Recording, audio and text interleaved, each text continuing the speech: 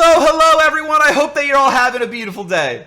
I'm excited today because we're going to be reviewing The Mandalorian Season 3. This video is going to be a full breakdown with spoilers included, so heads up, if you haven't seen The Mandalorian Season 3, what are you doing? Go watch it! It's on Disney+. In this video, I'm going to be talking about what I liked this season, what I didn't like this season, and then wrapping things up with final thoughts and a score at the end, so make sure you watch the video all the way to the end to see my final score out of 10. And now, let's get into it. Following up from The Mandalorian Season 2.5, The Book of Boba Fett, we find Mando reunited with Grogu and on a quest to restore his honor within his clan by cleansing himself in the mines of Mandalore. If you missed The Book of Boba Fett, I would not blame you for being completely lost at the beginning of Season 3. In fact, one of my main issues while watching this season is that I felt like Season 3 was walking back some of the most important decisions and actions from the end of Season 2, like Grogu and Din separating, Gideon's capture, and Bo-Katan turning down the Darksaber. I wasn't sure where things were going, not just this season, but for Mando and Grogu's story overall. Luckily, the finale for the season addressed these concerns and also closed several story beats that have existed since Mando Season 1 and even the animated Clone Wars. These are the liberation of Mandalore and Bo-Katan instated as leader of Mandalorians. It's been a storyline since the Clone Wars. The destruction of the Darksaber. Now Mandalore's ruler will no longer be determined solely by prowess in single combat.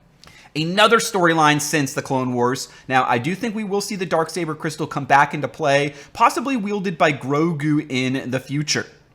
Grogu is also adopted by Din Djarin and officially made a Mandalorian, and the whole reason Mando was traveling the galaxy in the first place was to find Grogu's parents to get permission to adopt Grogu and make him a Mandalorian, so I like that they called back to the original quest from Season 1.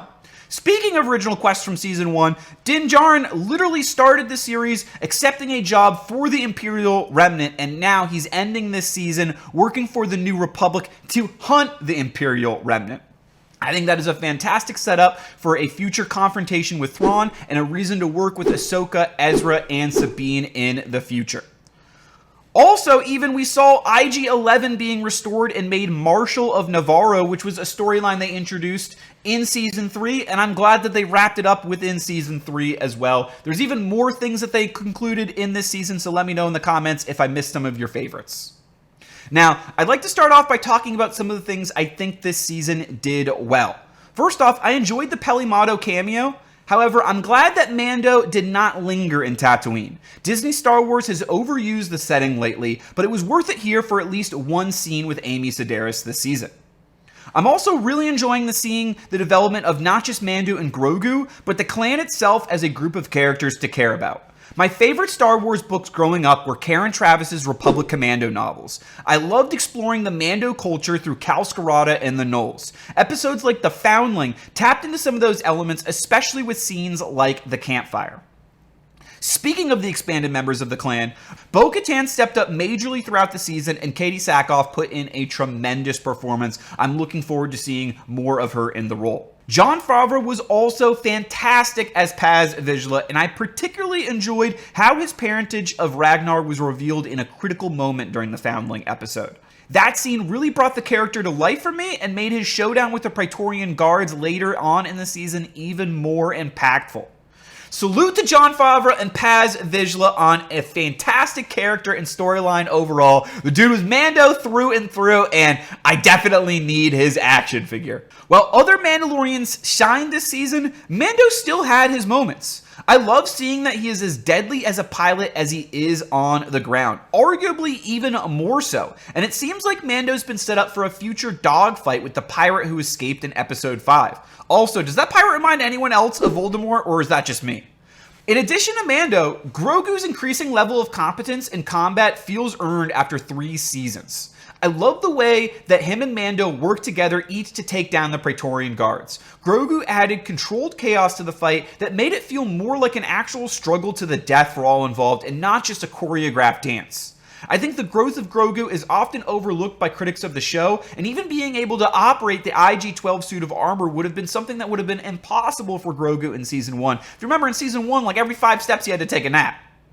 We even got to see a flashback of Grogu's escape from the Jedi Temple, featuring a surprise cameo as Ahmad Best as a Jedi. If you didn't know, Ahmad Best was the actor who played Jar Jar Binks in A Phantom Menace, and I always thought it was a shame the negativity that the actor received. It made me genuinely happy to see Disney/Star Wars give Ahmed an opportunity for redemption, if you will. He was legit badass, and I hope we see how his tale resolves and more of Grogu's backstory. On the villain side of things, Gideon has likewise become increasingly powerful, culminating in a hybrid of Darth Maul, Darth Vader, and Boba Fett, all wrapped up with the personality of Grand Moff Tarkin. I was worried when he was brought back this season because I want to see the series move more towards Thrawn as the overarching villain, but I greatly enjoyed Gideon this season nonetheless. I do hope this is the end of his tale, especially because of the way he seemingly went out. Gideon was able to get the best of Mando and Bo-Katan individually, and even together with the help of Grogu, it felt like they were just holding him off. It took Axe Woves crashing a literal Star Destroyer on him to kill him, and he just took it! Now, I have seen some theories that Gideon will be back next season, so let me know what you think. Will we see Gideon back, but next season with Force powers? Did one of his clones survive? Let me know what you think in the comments. I'm eager to see the theories. One of the highlights for me this season was the Shadow Council scene. It was like injecting heir to the Empire directly into my veins. When they said Captain Pelion, I nearly exploded. I even enjoyed seeing Brendel Hux during the Shadow Council and thought the scene did a good job of trying to marry expanded universe material from the past with the Disney trilogy universe. Dave Filoni is doing the best he can with the hand that he was dealt, in my opinion. My number one favorite moment in the whole season, though, was the hallway battle scene with Mando taking on Gideon's troopers 2 at a time. I love the way that it referenced the Darth Maul fight from The Phantom Menace, both visually and orally as well, and I love the inclusion of the R5 unit droid as well. That was a really nice addition. Now, there were some issues I did have while watching. I enjoyed seeing the development of Navarro since Imperial occupation was lifted in Season 1, but I did feel like it changed rather dramatically, and I would have liked to have seen some of the development progress during Season 2, or a better picture of how much time had elapsed to allow for such construction and development.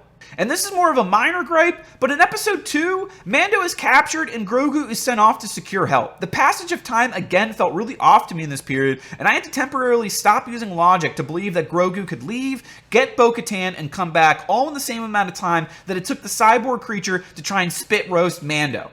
I will say, the cyborg creature was pretty satisfyingly horrible, though. So, any guesses? Let me know what species you think it is. I've seen theories that it was a Geonosian. I've seen theories that it was a Dianoga, or even something completely new. So, I'm curious to hear what y'all think as well. Let me know in the comments. Episode 3 with Dr. Pershing and Episode 6 with Jack Black and Lizzo almost felt like I was watching a completely different show. I wonder if these episodes were originally intended to be Rangers of the New Republic episodes, and maybe assets were repurposed for Mando Season 3. That's just my tinfoil hat theory. Episode 6 wasn't a standalone bad episode, but it felt like its placement on the heels of the major revelation of Gideon's escape brought the momentum of the season to a screeching halt for me and gave me narrative whiplash. Let me know if anyone else agrees or disagrees.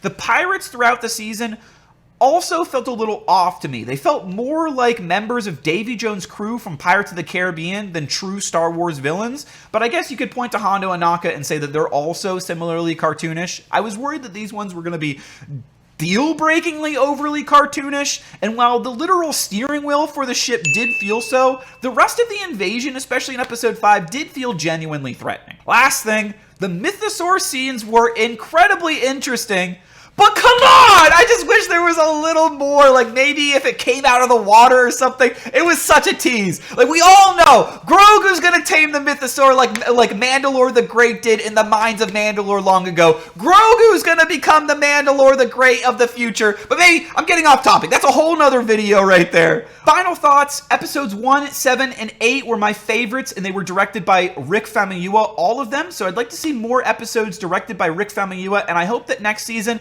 they try and use more of the same director to try and give the season a little bit more of a coherent feel.